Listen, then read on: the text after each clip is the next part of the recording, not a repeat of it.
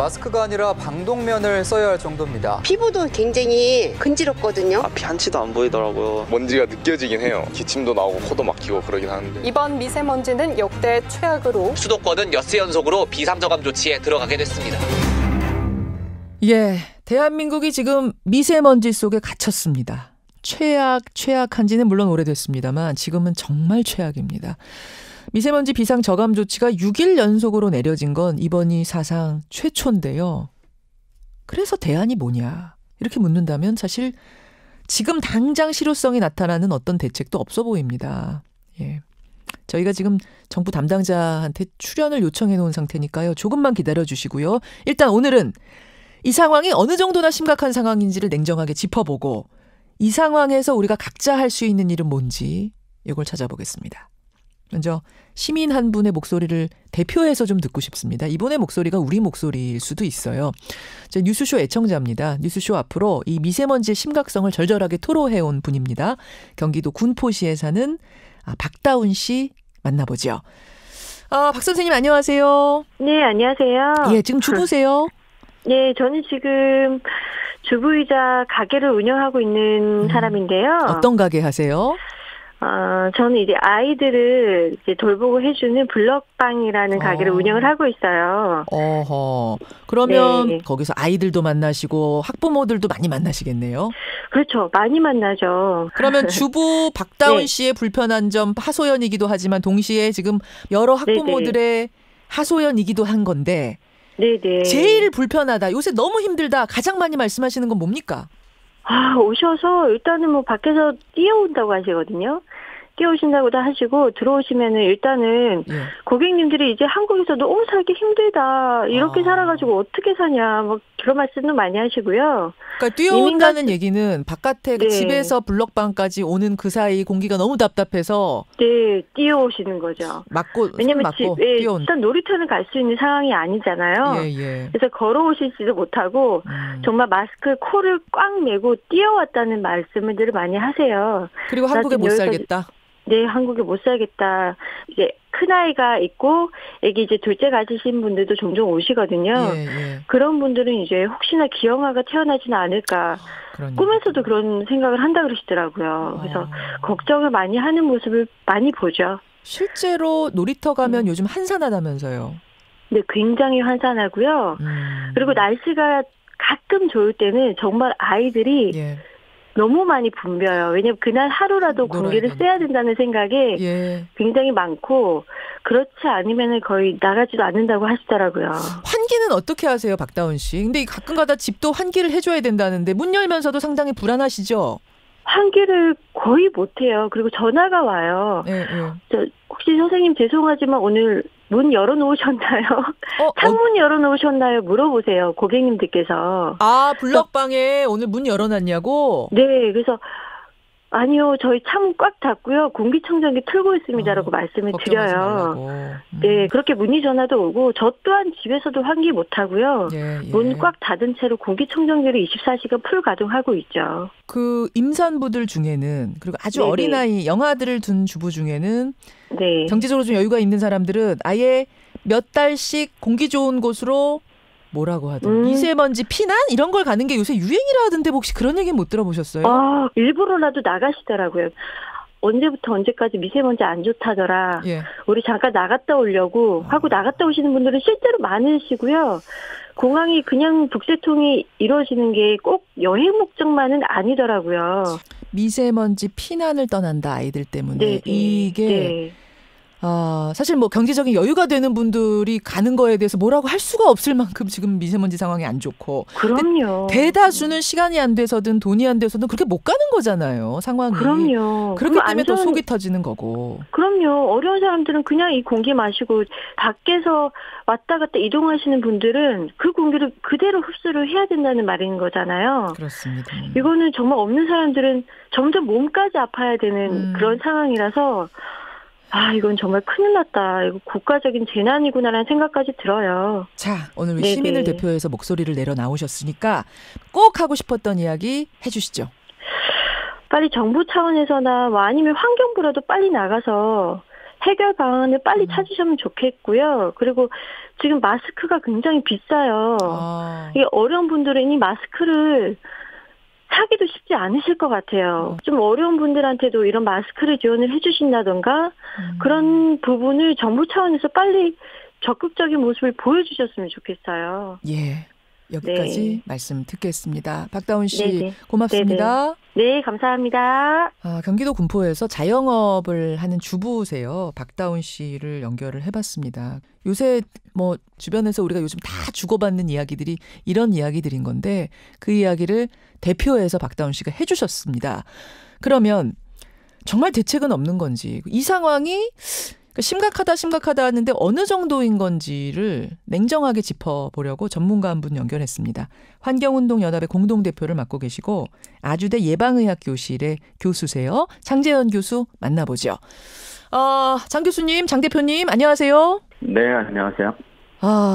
교수님도 숨쉬기 힘들고 뭐 기침하고 막 이러세요? 저는 그런 정도는 아닌데 네. 모든 국민들이 지금 매우 여러 날 이제 미세먼지 오염도가 높다 보니까 힘들어하고 계시죠. 그러게요. 저도 꽤 둔감한 편인데도 저도 목이 컬컬하고 좀 그렇더라고요. 이 6일 연속 미세먼지 비상저감 조치 발령이라는 게 이게 어떤 상태라고 보면 됩니까? 이게 처음 있는 일이라는데. 미세먼지 농도가 지금 고농도고 그럴 경우에 이제 비상저감 조치를 하면은 좀 줄지 않을까 그랬는 건데 전혀 줄지 않고 그 고농도가 지금 장기간 지속되고 있는 거죠.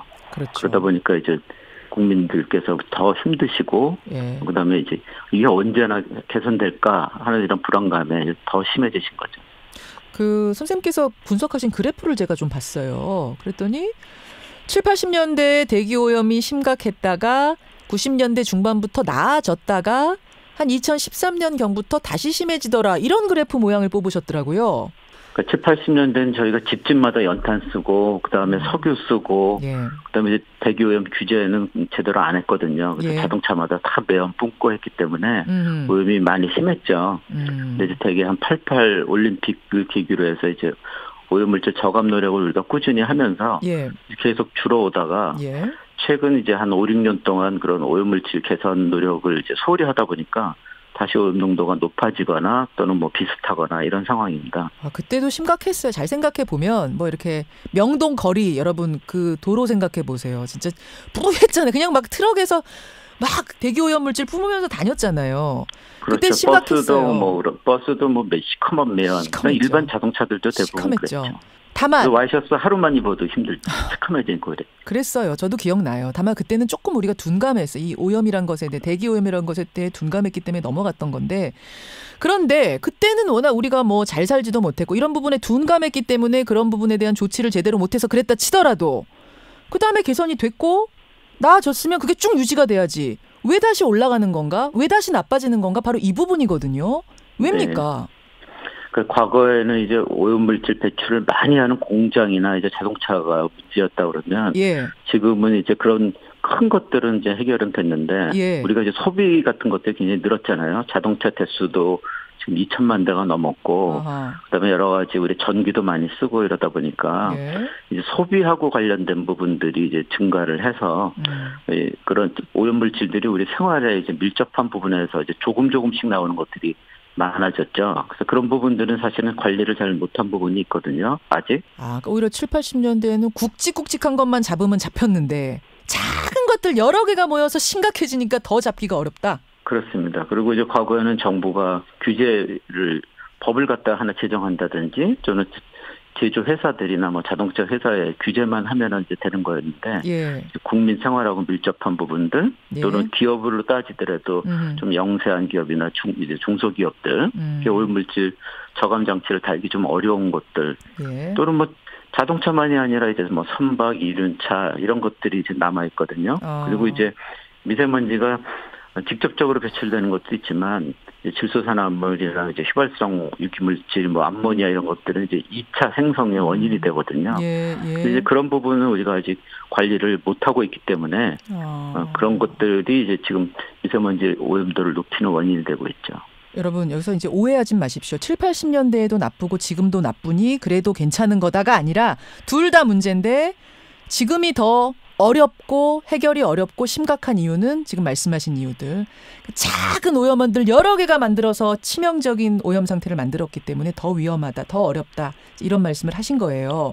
그렇죠. 근데 우리만 낮추면 됩니까? 지금 중국에서 날아오는 미세먼지도 상당하다라고 의심하고 있고 뭐 실제로 중국에서 바람 부는 날 또 미세먼지 농도가 올라가기도 하고 그래서요. 우리만 해서 되는가 이런 의심들도 많이 하시거든요. 네.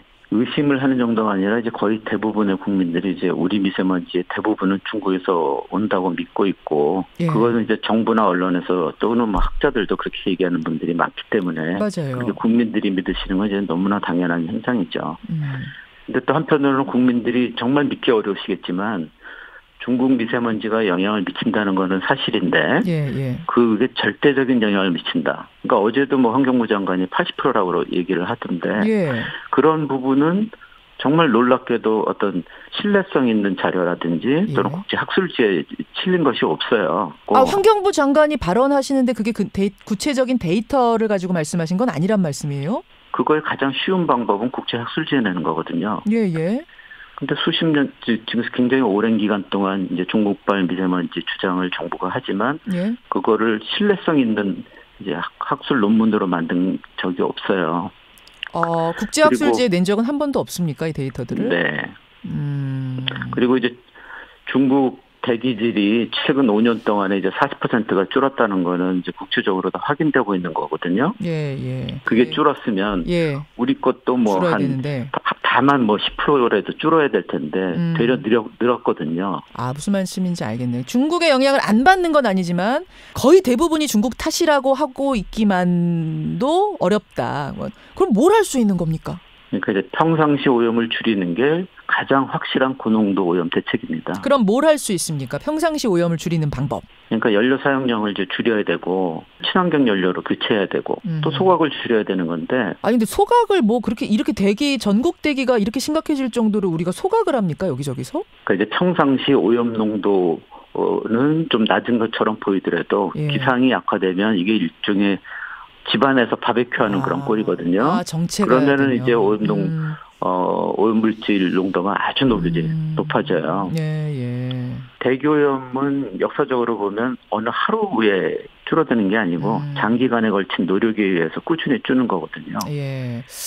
같은 연장선상에서 보자면 이런 생각도 드네요. 그러니까 중국이 80%의 영향을 주고 있다라고 생각하는 순간 사실은 우리가 할 수 있는 그런 노력들에 대해서는 좀 소홀히 하게 돼. 해봤자 우리 20%인데 이거 그렇죠. 무슨 소용이 있어가 되는 게 좀 있거든요. 그런 허탈한 감정 같은 게 국민들도 무력감에 빠지고 희망이 없는 거잖아요. 그렇죠. 아무리 어려운 상황이라도 우리가 노력을 하면 줄어든다라는 이제 확신이 있으면 노력을 하는데 중국 미세먼지는 중국이 열심히 줄이고 있는 것이지 우리가 줄일 수는 없는 거잖아요. 그러니까 우리가 할 수 있는 거는 우리 것을 줄여야 되는 거죠. 무슨 말씀인지 알겠습니다. 그러니까 중국이 뭐 잘했다. 중국의 영향이 아니다. 이 말씀은 아닙니다만 중국 80% 이렇게 해놓고 나면 우리가 할 수 있는 영역이 너무 줄어든다. 이 말씀을 하시는 거예요. 우리가 할 수 있는 것들을 하자. 네. 그러다 보면 이제 공기도 깨끗해질 것이라고 믿습니다. 여기까지 말씀 듣도록 하죠. 교수님 고맙습니다. 네, 감사합니다. 예, 환경운동연합 공동대표시고요. 아주대학교 예방의학교실의 교수를 맡고 계신 장재현 대표였습니다.